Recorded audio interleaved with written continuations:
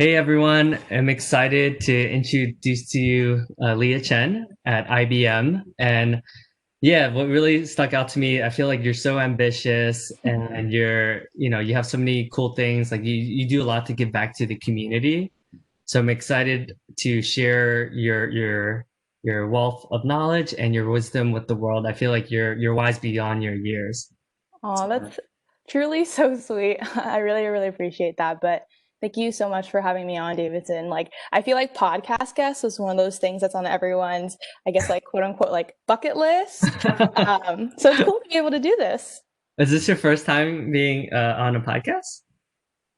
Yeah, or No at least way. in my memory, yes. So probably yes. Oh, that's awesome. I'm sure there'll be many, many more. Yeah. I feel like it's a medium that's definitely like growing. Like I feel like Tim Ferriss. There's a lot of like Joe Rogan. Like there's a Joe lot of Rogan. like, yeah. Do you listen to Joe Rogan as well sometimes? Yeah, so my boyfriend listens to him like a ton. And he Yeah. also like still needs to commute for his job. So he was telling me about Joe Rogan like not too long ago, especially when quarantine hit and I think like he was just tuning into podcasts more. And I had never heard of Joe Rogan actually, but then we were like in the car together and I was listening to some and then he was like, "Okay, like you pick the episode." And I was like baffled by just the sheer number of guests and episodes Yeah, that that man has. I And know. It's insane. and it's like he's not even just a podcast host as his like full job. Like he has so many other things going on. So I was Yeah. just pretty, yeah, baffled by Joe Rogan. Yeah, it's interesting. And you know what's crazy? He makes like millions of dollars per episode. It's it's insane. Like when he gets one of his guests goes on his pod, like I would say like a B-list celebrity Hmm. goes on his podcast. Like let's say they're trying to sell a book or something like that. They'll like from the day they release the podcast episode, they'll sell like millions more books because of it. It's Oh insane. wow. Joe Yeah. Rogan has like a lot of power. I guess literally too. That man seems strong. But I remember like recently reading about how I think it was about something about how Spotify is just like growing and stuff about their value and how I think they're like the exclusive distribution partner for Joe Rogan's podcast, which is Ah, a pretty big win in the yeah. podcast world for sure. Yeah. He's kind of like starting the trend. Like I think he was the first one to get that endorsement deal like that much. Hmm. So yeah, and oh yeah, I know we talked about this last time. It is interesting how you reflected that men tend to like there's more of a population of men who listen to podcasts, it seems like, versus women. Yeah, based on the friends that I know, that seems to be the trend. I don't know the actual data, but I'd actually be really curious to like read into that. Yeah, Um, I'm is like almost positive because I think you're right. Like almost every guy I know like listens to podcasts, and most of the like the women I know are more into like YouTube or Instagram or that tends to be where they consume more of their content. So. I agree. I think you were saying like women tend to enjoy like the visual mediums and content more, and I definitely fall into that bucket. Yeah. Because I mean, not to say like guys aren't like into like the aesthetics and stuff like that, but I definitely think like women tend to be more, like more attention to detail when it comes to like the aesthetics and like the Hmm. colors. I think statistically speaking, I think women can see more colors too, right? Oh, interesting. I didn't know that statistic, but I want to look into that now too. There are a lot of things now I want to look into statistics wise. Yeah. Well, yeah, I'm fascinated by. It seems like you have a lot of cool projects. You have your own business. You're doing a lot to break to the model, like the myth, right? So, would love to hear, what got you interested in, the model minority myth, and why you're still so passionate about it. Yeah, for sure. I think a lot of my passion in the Asian American community really is influenced by the way that I grew up. So, I told you this before, but I grew up in Edison, New Jersey, and it's a town that's, well, at least feels like 85% Asian. I'm pretty sure that statistic Yeah. is not far off. So my whole life, I grew up around Asian Americans, specifically Chinese Americans and Indian Americans. And I think for some who are Asian American, maybe they're the only Asian in their town of like white people, that sounds really awesome. And For many reasons, it was great to feel like I had a community and like there were people that I shared common interests with. But I think, especially when I was in high school, I realized I wanted to pursue like fashion as a career. So I wanted to do business within fashion. And I think just generally growing up, I was a little bit of a oddball, or I didn't fit the quote unquote typical Asian child. And my family is like not the typical Asian family either because my parents immigrated when they were younger. So they're a little bit more Americanized, I would say. Uh, And I think because of that upbringing and like me wanting to pursue this, I guess, different career path, I remember very distinctly going to Asian family parties. And, like the Asian parents, like they go down the line, they're like, okay, you, college, and what do you want to study? And what do you want to do? And I remember when they would get to me and I'd say, oh, I want to do fashion. And the parents would look at me and kind of just like, yeah, tilt their head and raise an eyebrow and say, fashion? Like, that's cool, but that's not a job. That's a hobby. And I get into that so often. Thankfully, my own parents were supportive, but I can never forget just running into those parents and even ultimately like Asian friends of mine who didn't see my career interest as quote unquote serious because it didn't fit the traditional mold. So I feel like my whole upbringing was me fighting against this model minority myth in a way, and just so strongly wanting to break it because I felt like the myth was holding me back, and keeping me from doing things that I really, really loved and keeping the rest of the world from seeing me as a viable candidate to do things, whether it was fashion or just like speaking out generally or pursuing entrepreneurship or doing a field like marketing. Yeah, that's a good point. I know we were talking about this the other day, but yeah, same with sales. I feel like, if you tell your Asian parents like, "Hey, I want to be a salesperson for the rest of my life," they'd be like, "What are you talking about?" So I could definitely relate to you there. I think one of the reasons why I got involved with the LinkedIn Asian Alliance was because, I was often the only like client facing, like Asian person in client facing roles. Mm. So when I would meet with like C-level executives, like, of like any hedge fund or private equity, or I mean any of my clients, I was always the only um, Asian person, and I always felt so out of place. And it took me a while to kind of like embrace it. But Yeah. the first like 10 years of my career, I would say like I had so much imposter syndrome. So yeah, I could definitely relate to you there. Mhm. Do you have Asian mentors who are in marketing, who are also entrepreneurial like you? Like, do you find yourself gravitating towards these role models? Yeah, definitely when I joined IBM and interned at IBM in the summer of 2018. Remember one of the things I was most excited about was in our onboarding week hearing about our Asian Business Resource Group, or affinity group as other companies would call it, and hearing the woman who presented. Her name's Christina Altamare. So she's within marketing, but she's kind of like the president of the Tri-State Asian Business Resource Group, and like instantly feeling just so energized, inspired. One, that type of group existed, but two, I was like, how do I get involved with this? I was only there for 10 weeks to intern, but I remember immediately messaging her and I was like, I will do whatever it takes to help you out within these 10 weeks. Just because it was really inspiring to see someone, yeah, like doing well in marketing, being at the company for a while, but then also, being so passionate about the Asian American community. It just seemed like something that I wanted to emulate in the future, if I were in her Hmm. position. So I think Christina's been someone that has definitely served as a mentor like early on, and taught me not only about being an Asian American in the workplace, but just generally handling yourself within marketing and progressing your career.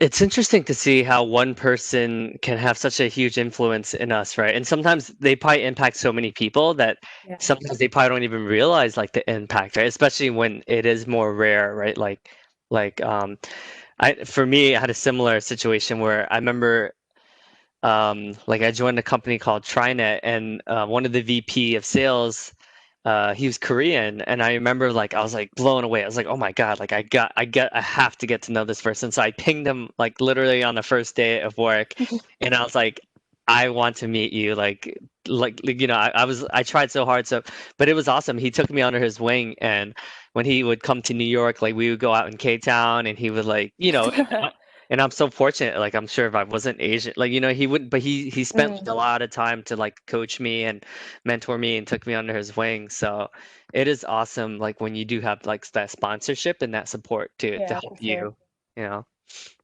Yeah, and I think, it's great when mentors come from anywhere and they're of any background, but I feel like being Asian American is a specific and niche journey in a sense. So when you can find a mentor and sponsor that aligns of your background, like you share, yeah, a very special bond and they can help you navigate through situations that only I think Asian Americans would really understand. Yeah, I mean, clearly you've had a lot of success. Like you went to one of the best schools in the world. Like, it was very competitive. One of the things I find interesting is like we put such a huge emphasis on like getting into like a good school, and I feel Mhm. like there's less of a emphasis on being an entrepreneur, right? Like starting your own Mm, clothing line or like getting into fashion, things like this, right? But it's yeah, interesting because fashion is so well, like when you go to like, New York City fashion show, all the who's who of Manhattan is there, right? So, yeah, but there's not an emphasis on that. So, when you go there, even them, you don't really, you run into, you don't see as many Asians, who are in that for world as sure. well. Hmm. Yeah, definitely wanting to be an Asian in fashion. I think, people think of like Alexander Wang or Vera Wang as designers, but I think they're definitely special cases in the sense. Like I would love to see more and more, and I think slowly more are coming. But yeah, definitely when I wanted to pursue that field, I didn't really know of other people, from my high school that had graduated that were interested in that, or people even in college that, maybe they were definitely interested in fashion, but no one really pursued it as a career. Yeah, yeah, it's true. So my fiance is in like the fashion industry, and I Oh, remember going cool. to yeah. So I remember going to like the Mercedes-Benz like fashion show once, and I was just like, whoa, like it's like a whole new world, right? But it's cool, like it is interesting, right? Because you meet like a lot of people who are like in hedge funds or in finance go Mm, to these events, and it's just interesting to me to see how we don't like really emphasize like networking as much, right? I mean, I guess in real estate I do see like a lot of Asians, but yeah, I do think it's interesting how like the hard skills are definitely emphasized a lot more, like science or like STEM, but you don't yeah. really see like an emphasis on gaining business skills like marketing or client-facing roles and things like Hmm. that.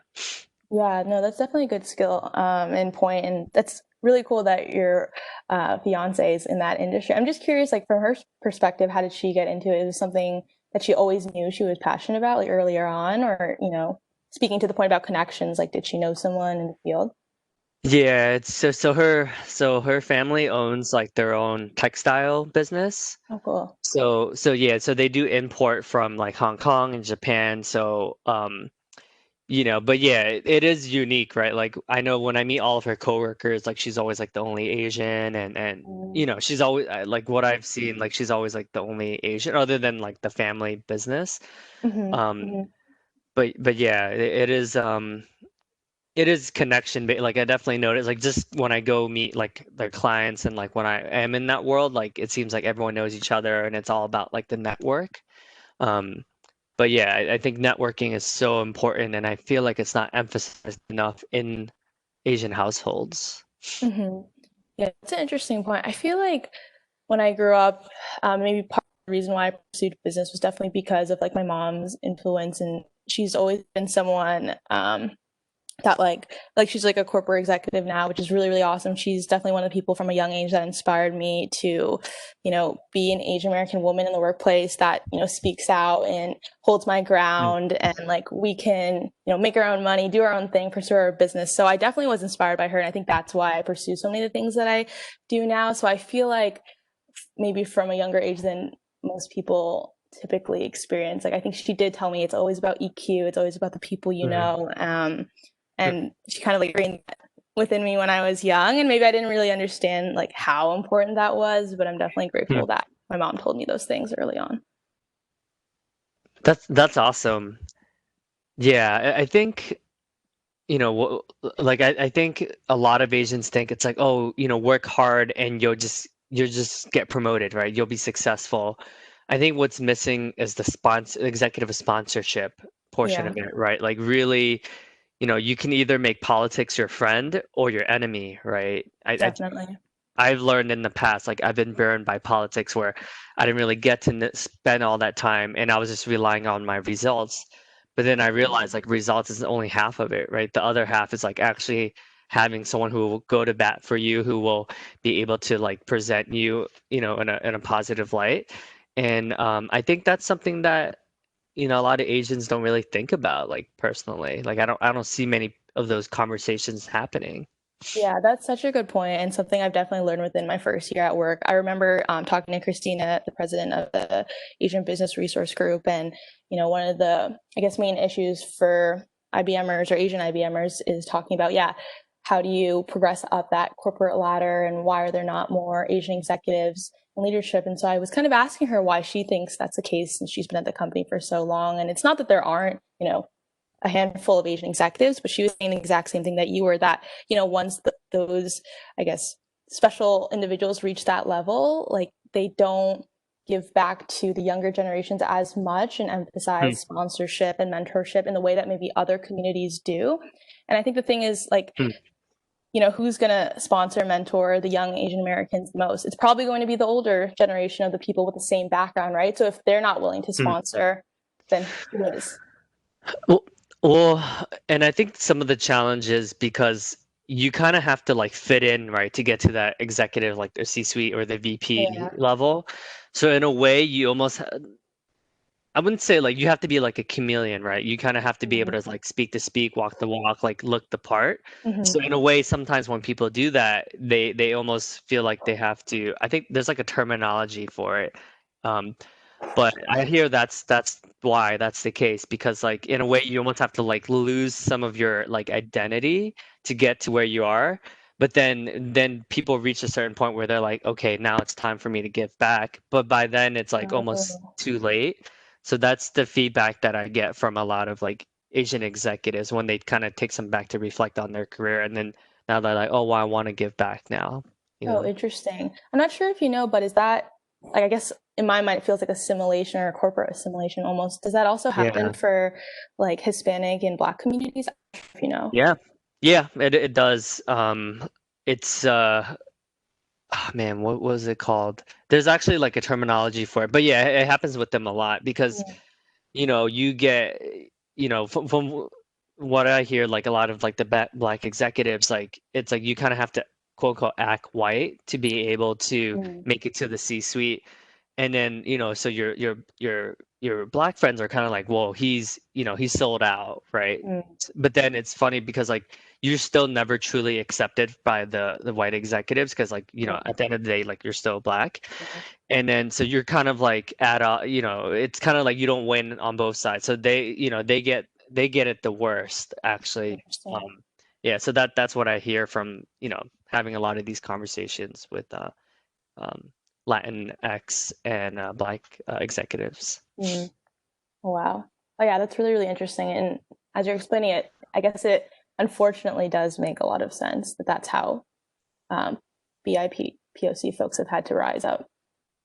Yeah, but I do think it's a unique opportunity. I do see like Asians coming together a lot more. I used to see like Koreans hang out with Koreans, Taiwanese hang out with Taiwanese, like Vietnamese. Like now, I'm actually seeing us come together a lot more in a way. So, that definitely helps me be more optimistic.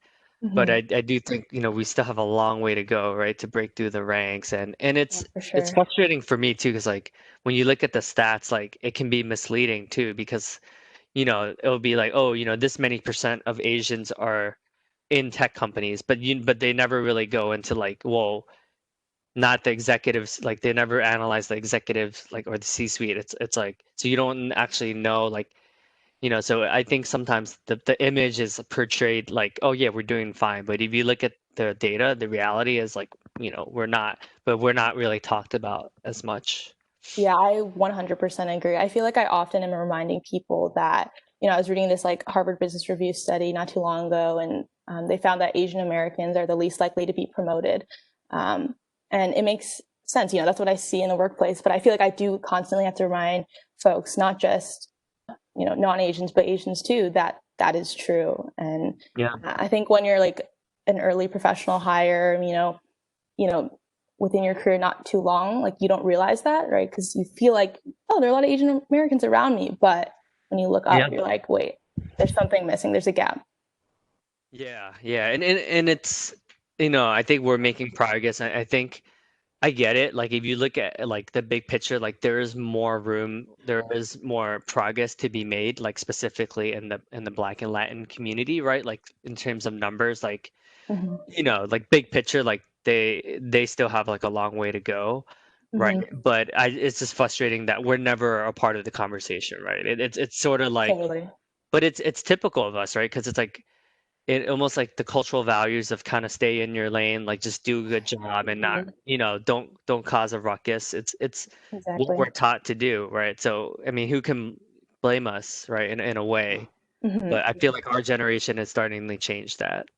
Yeah, So, I definitely agree. And I feel like our generation and even the generation that's younger, like my sister is 14. And so she's super Gen Z, and I see all, the social media activism and them like speaking out, whether, it's on Instagram or digital channels and advocating. So I hope that energy definitely continues, as those Gen Zers get older and they become the people part of the corporations. yeah, and I love what you said about, like her name is Christina, right? Yeah, like you eventually being like a Christina, right? Where when you get to give back and you wanting to help out like the other, other generations as you move up through the ranks as well. So, I think that that's important that you already have these intentions in mind because it helps source you and it helps you know that, all right, yes, there's going to be obstacles. Yes, there's going to be haters and there's going to be people that are like, why are you in fashion or why, what makes you think like you can start your own company and be successful, like it gives you motivation to know like, okay, there's going to be thousands of people that I'm going to be impacting through my actions and breaking through stereotypes and things like that. Yeah, that's definitely the goal. And if I can even be just as half as, I guess, influential and helpful as Christina, that'll still mean a lot. Yeah. That's awesome. I mean, sounds like Christina is an important mentor and like role model for you. Like, it's interesting because a lot of times we think mentorship can look like, oh, you have to allocate like a certain amount of time. But a lot of times we can observe from afar and still learn, right? Just from their actions and their words. And so it's interesting to think about like the impact that we have. And it doesn't necessarily have to be one-on-one interactions, right? It could even be like at a much larger scale. Yeah, that's definitely a good point.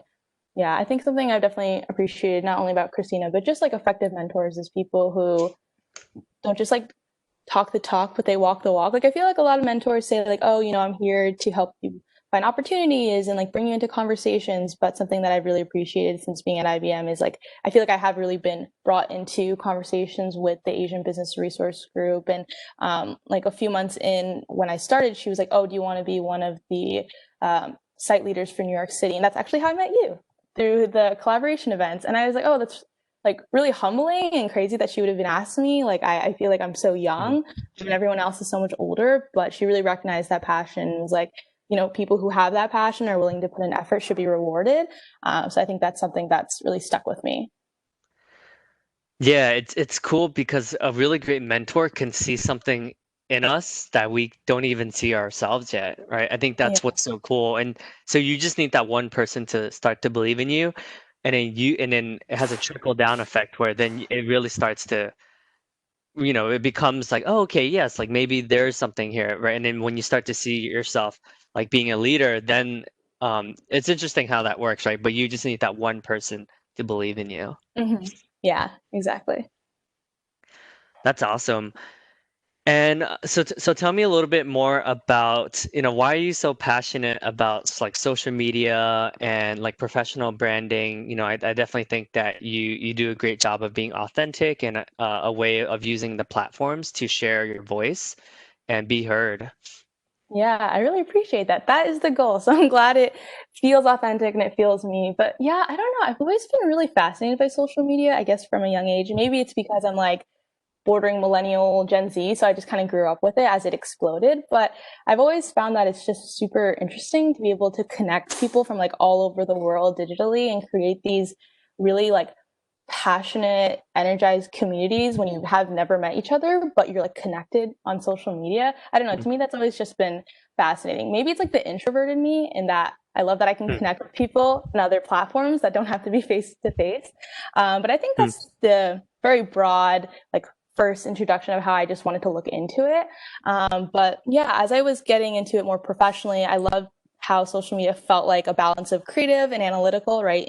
When you're doing your role professionally. But then once again, I think at the end of the day, it's always about being able to create communities and, bring people together. And I think especially in this last year, I've really seen social media as a platform for education. And at least for me, like that's also how it's been most valuable. So I definitely want to kind of take that back in a sense, and all the social media accounts that I manage or the content that I create, I want to just authentically educate and connect people. That's awesome. Yeah, because I think some people could relate to social media as like an enemy versus like a friend, but Yeah. it's all how you use it, right? Yes, like you can use it to kind of like for hate speak Hmm. like messages of hatred, or you can use it as a way to uplift and empower and right. So Yeah. it's interesting, but it's also like there's no right or wrong, right? Like the fact that people like have a platform to be heard, there's more accountability and there's more people can feel heard, right? Whereas in the past, like there was only certain media channels that controlled all the outlets. Now there's more of like a democratization of media in general. Yeah, the democratization is a really, really, I think, key point. I know we were talking about TikTok before when we first chatted, but like that's a great example of a platform that allows folks to do that. And recently I've been getting super into BTS actually, and I was reading about their rise and how they grew this like insanely devoted fan base called the Army. And it was honestly because of social media. They were one of the Hmm. first K-pop groups to really leverage Twitter and social media, and that's how they grew their global fan base. And they come from a Hmm. label that's like relatively small. Like it's pretty much I guess monopoly in Korea. I don't know too much about it, Hmm. but from what I've read, but they were able to use social media to connect to fans all over the world, and that's helped them become the gigantic boy band that they are right now. Yeah, I always hear from the most famous people that it's either you can use it to your advantage and really leverage it, or it could be your worst enemy, right? Mm, So there's certain people that really know how to leverage like social media and is able to, get elected or be able to like grow their mm, businesses times 10 or times 100, right? yeah. Like Google AdWords or, using Yelp or Mhm. LinkedIn, like you can really grow your business, or you can be like, oh, like I'm too old for this. Like I'll never understand it. It's like there's two different mindsets here.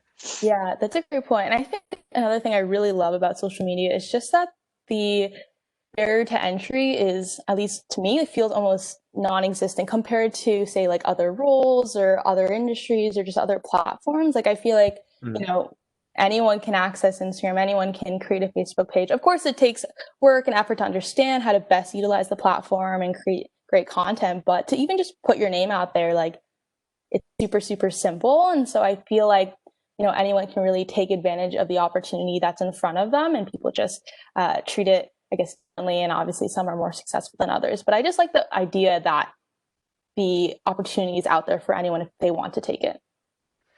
Yeah, and I think especially for the Asian American community too, right? Like, Mm-hmm. we it's no secret that a lot of the main media channels are owned by like white men, right? Yeah. So social media democratizes it in the sense that like as long as you have good quality content, you'll be able to have success. Versus before Yeah. it was like, well, if I knew like, you know, the heads or the executives, then I would be able to have my be able to be in media. But now it almost doesn't matter. It's like as long as it's good quality content, like you'll make it. Mhm. Yeah. And I think a lot of the creators that are able to be successful on social media aren't quote unquote traditional, I guess, stars that you would see, on like TV networks and whatnot. I mean, I remember growing up being in middle school, seeing the rise of Asian American YouTubers, Wong Fu's Oh yeah. videos, Yeah. Kev Jumba, all of them. Oh And I was yeah. like, wow, this is like the first time that I'm seeing Asian Americans really, break into a platform, and people thought they were like cool and people wanted to Hmm. be them. That was honestly one of the first times. And that's probably definitely influenced why I'm so passionate about Uh, social media and just the whole digital content space. yeah, it's like for me to watch like a Jimmy Yang and like these Asians like break through Mhm. like these non-traditional roles, like being like an Asian comedian, or even Kev Jumba just being like a media personality. Like it's so empowering, right? Because like Yeah. you're so used to watching TV, and you're just like it's when you see it, you're like, oh my God, this is incredible, and then it inspires a whole generation of people who think, Mhm. wow, like I can do this too. Yeah, exactly. I remember when I was in middle school, I was like, okay, if they can do it, I want to be a YouTuber. And I would like post these like dance videos online when I was like 12 or 13. I remember this one video got like 400,000 views. I still really don't understand Wow. how, because it's really embarrassing. And I like used photo booth and I had this like fish background. It's really embarrassing. Huh. But I still remember just the feeling of seeing that video get that many views. And I was like, Huh. whoa, this is like very, very cool. And yeah, I felt empowered when I was a middle schooler. Yeah, that's so interesting. Yeah, it's funny how this stuff like all this works. Like even LinkedIn, I remember when like the day where I was like I kind of like figured out like LinkedIn, and then I was like, huh. And then it's helped me so much in my career, like I can't even like quantify like how it's helped me, Oh, but wow. without it, like I definitely wouldn't have had like as much success as so it's crazy how like the platform can really like accelerate your career if you know how to use it correctly. Hmm. Yeah, that's a great point. And I'm definitely still figuring out how to use LinkedIn, so I could hit you up for some tips after. But yeah, I mean, the platform is awesome, and just any of these social media platforms to really be able to just connect with others and, share who you are, share, I guess, your very authentic brand. I'm just a big fan. Uh, w- Share with me a little bit more about like authenticity on social media, because I do think we all can like read whoever's like trying like being clickbaitish and who's actually like building like a long lasting like what I mean, like what's your Yeah. thoughts on that? Yeah, great question. I remember actually when I was a senior in college, so like literally not too long ago, maybe 2 years ago.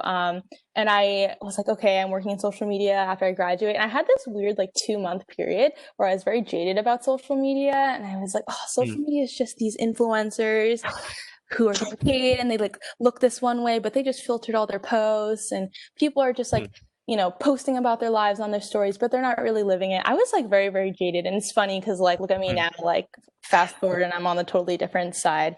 But I think like years ago, social media definitely was way more infiltrated with influencers and these like fake mm, personalities, and people didn't feel like, you know, anyone's profile was authentic. They were just being like sold products or mm, sold lifestyles. And so there are definitely still creators like that to this day. But I think authenticity has become something that's more present on these platforms because I think it's being more rewarded. Like I think mm, people after a few years realize like I don't really want to see this content. Like I don't need to see another influencer sell me like a waistband or some like random mhm. vitamin pill that looks a little sketchy. And Huh. so I think they're looking for authentic creators, and then those people, if they're looking for it and they find an authentic creator, it's like a perfect match. And those people are the ones that are, gaining following and Mhm. engagement. So I want to say that within the last few years, the tide has been shifting a little bit. But yeah, I get that question all the time when people ask me, like, why do you work in social media? Isn't it tiring to feel like you're, I guess, shouting this like overly bubbly or like fake message, like, and I'm like, I can see why people ask me that, but I think there's something powerful in using the platform to like share a really authentic true story, whether that's like Mhm. how good your day is going or how bad it is, or whatever it is, being able to share it with so many people. Yeah, it's kind of beautiful, like if you think about it, right? Like to think that even like 20 years ago, like n everyone, like none of this would even be possible. People would be like, yeah, right. Like I feel like if you were to say like 20 years ago, like people gonna have like straight up their own businesses where they can make millions of dollars just by using social media, people would be like, like you're crazy. Like, what are Yeah. you talking about? But Yeah. now it's almost like if you don't leverage social media, people are kind of like, what are you doing? You know, Yeah. so What are you doing? Yep.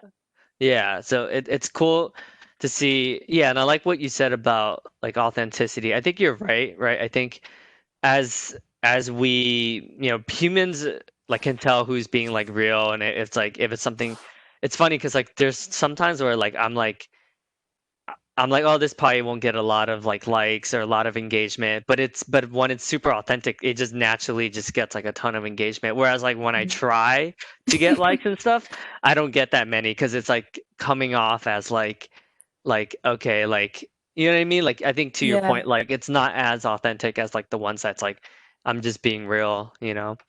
Yeah, and there's something definitely relatable in authenticity and in the stories that you go through. And I think that's why people react to it more because they can better relate to you because they've probably been through a very similar situation or know how you're feeling because it's genuine. And I think that's definitely something I've learned. And I'm really glad that social media has been turning this corner and authentic content and genuine personalities are being celebrated because I was definitely in that phase of feeling jaded, but I'm glad to see it's shifting a bit. This is like a pretty complex question, and you don't have to be like the expert in this, but one of the things that I think is fascinating as well is the concept of, let's just say Facebook, for example, or like you can hide like the points that you don't necessarily agree with, right? Mhm. So I think sometimes I guess like after having that realization, I'm like, huh, where can I actually try to truly understand a different perspective versus like just doubling down on what I already know and what I already agree with. Yeah, yeah, that is a great point. I think that's also something that I guess struggle with a little bit too on social media because the whole nature of social media, especially if you think about, yeah, like your explore page on Instagram or your TikTok page, like the whole point of it is to keep feeding you content that you will enjoy because you've reacted in a certain way in the past. And I get how that makes sense because, like, obviously, if you've liked something before, you're going to continue liking it. And if you like the content you see on a platform, you'll continue using it more and more. So, from a business standpoint, it makes sense. But yeah, like, I feel like people do live in these social media bubbles and it can be dangerous in many ways, especially with things like, like the election. But I feel like that's definitely been something that's been talked about more and more, I want to say, especially since like quarantine has happened and everything that happened with George Floyd and BLM. I feel like people have been more vocal about the importance of following different creators and hearing different perspectives and voices. But yeah, Mhm. ultimately, it's still up to that user to go and follow those pages, right? So people can be talking about it, but it is still tough because, you know, you have to take the action to go break your own bubble. And I Mhm. don't know if people want to do that sometimes because they use social media as a way to escape uh, Mhm. and just look at content that they know they're going to enjoy. Right. And I used to be, to your point, like I used to view it as like negative as like, oh, I get into these like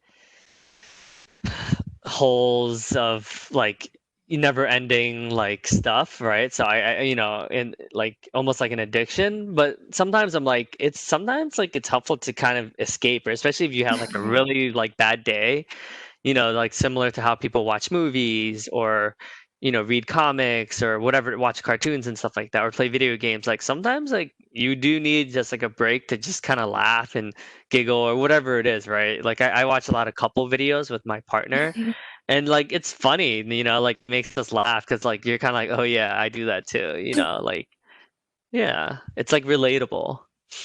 Yeah, it's relatable and it just kind of takes your mind off what's going on in your day. Yeah, if you're having like a bad day at work or nothing too particularly interesting is going on, you can honestly like live vicariously through a lot of the creators. And I think that's why people do like idolize or some certain creators or they're just big fans of them because that specific lifestyle that creator is talking about and living is probably something that that viewer wants to experience as well. And I think what's cool is like you can use those as ideas too, right? Like for instance, like when we watch, my partner, she'll go to a lot of these cool restaurants or cool dessert places, like just because she's found it. And I'm like, and a lot of times I'm like, whoa, this is like a hidden gem. Like I'm actually glad, because for me, like I wouldn't never discover a lot of these cool new places, but she's like kind of like hip with that. So I'm always like, how did you like find this place? Like this is like I would never be able to know about this. So for me, like sometimes it's cool because I'm like, this is dope. Like, thanks for, showing me this. Yeah, I'm definitely the same way, whether it's like Yelp or Instagram. I feel like living in New York City, if I didn't have social media to help me discover new places, I would be going to the same like 5 spots. So I'm definitely Yeah. appreciative of it too for that sense. Yeah. Well, what is some advice to people who, maybe they have like a negative relationship to social media? And because there's a lot of people who I meet with where they're like, "Oh, I would never like use any social media." And I'm like, "That's a little extreme, right?" And Mm. then, and then there's people who, quite frankly are probably on it too much, right? Hmm. So, like I guess what's advice to maybe the first one, like people who they don't see any positive to social media, but they also um, I guess they don't have a positive relationship with media. Yeah. I think the first thing that comes to mind is just remembering and realizing that each like platform feels very different. So if they don't find content on one platform that suits them, like I do know a few people who are like younger and they're like, I don't, love posting on LinkedIn. I just don't feel very comfortable because it's such a corporate setting. And I'm like, that's totally fine. Like there are other social media channels for a reason because they allow you to have different voices. There are different creators, the different types of content. So I think it's always important to remember that. And then I think too, I guess one of the things related to the social media bubble that we were talking about is that social media does allow you to filter through content and only see like what you want to see. And there's like truly an infinite amount of content on social media. Like I do believe that someone can find like a topic that they're interested in or that they're looking for. And if there's something that you see that you don't like you don't have to subject yourself to that. Like apps allow you to say like, I'm not interested in this content or please hide this. Like I know for some folks, they're like, oh, well then you're only, keeping yourself in the bubble more and more. But I mean, it is a feature built into social media and it's there for a specific reason. So I think I would ask those people to just give it another chance, but really take advantage of the fact that there are different channels with different features and that there is definitely at least one piece of content that is catered to you out there. There's just way too many things and way too many creators for you to find something that you don't enjoy. And I think second, for people who use social media way too much, it's definitely a hard question considering I probably fit into that bucket. Because it's funny, like the balance, and I've definitely been feeling that this year, the balance of being on social media for my job, but then Uh-huh. also still using it for fun. Like it's really interesting. And there are times and days where I'm like, I just need to like step back and take a little social media break. And I've even told Hmm. friends like, I'm sorry, I'm like not the best at replying because within my own job I have to DM people and reply to them, and I feel like after the workday ends, like I don't really want to be doing more of that. Hmm. So I do actually openly tell people like, I'm sorry if I don't reply really quickly, it's just because of my job, and sometimes I need a break from it. But Hmm. that has been a very fascinating balance that I'm truly still working through. Yeah. And yeah, I like it's interesting, right? Like people like Jay Shetty, like are able to really like he has a career like a living like he has a full life and an amazing fulfilling life because of social media, right? And he's Mm, like spreading positivity and like yeah. he so it's interesting to see like and he started off as a social media intern at Accenture. Like he was like, Oh, okay. well, yeah, that he like volunteered for like when they were like, hey, like who wants to like manage our social media page, and he's like, yeah, I'll do it. And clearly that's like helped him. Hmm. So yeah, it's interesting to see like when you truly master it, like how many opportunities it can really give you in life. Yeah, and I think going back to like one of the reasons why I love social media so much, just the ability to connect, like with running my clothing brand social media because it's so open about like the Asian American experience and identity. Like I've been able to chat with people who have told me like, oh, like your content and your products like help me feel like seen and heard, whether they're, like Korean adoptees who feel like they never knew anyone Asian American growing up, or just people that are really passionate about the Asian American experience, but feel like they don't get to see content catered to it. It's been really, I think, fulfilling in those moments when I'm able to just talk to people one-on-one through social media. And I know that I probably would have never been able to really talk to them Hmm. if social media didn't exist. Yeah, that's a good point. Like, I've reached out to so many authors and so many podcast guests of like the podcasts I'll listen to, like famous people, that Mm-hmm. there would be no way I would be having conversations with them if it wasn't for social media. So I'm very grateful because I'm able to connect with some of my idols, and Yeah. just to be able to do that is like such a beautiful thing, So Mm-hmm. that's why I'm so passionate about it. Yeah. Yeah. I mean, that's how this happened. I think you saw one of my LinkedIn posts Oh and I yeah. reached out. Yeah, it's cool, right? Because like people who are passionate about the same thing, like breaking through the, the model minority myth, breaking through the glass ceiling, like it's cool to see that because when you see other people do it, and there's so much collaboration, right? Like this, let's say 10 years from now, we inspire someone who's like 15 years old and then they end up doing something similar. Like Yeah. it's cool to think about the possibilities of collaboration when when you think about it that way. Yeah, that's so true. There are a lot of people you don't realize you're touching and you're reaching through social media, but yeah, just one conversation, one photo, one video can inspire someone greatly. Yeah. Well, this has been an awesome conversation, Leah. Really appreciate you. And yeah, if anyone wants to reach out, I'm sure they can find you on social media. That is true. I am on there often. What's your favorite social media outlet for people to reach out to you on? To reach out to me on, probably I would say LinkedIn, which is just my name, Leah Chen. I actually purposely keep my Instagram profile like private, and I like don't do too much with it because it feels nice to have a page and a profile where I'm not strategic about it. Uh, yeah, I know what you mean. It's funny, right? Because in the world of business and like always wanting to get something out of someone, right? Like that's just business.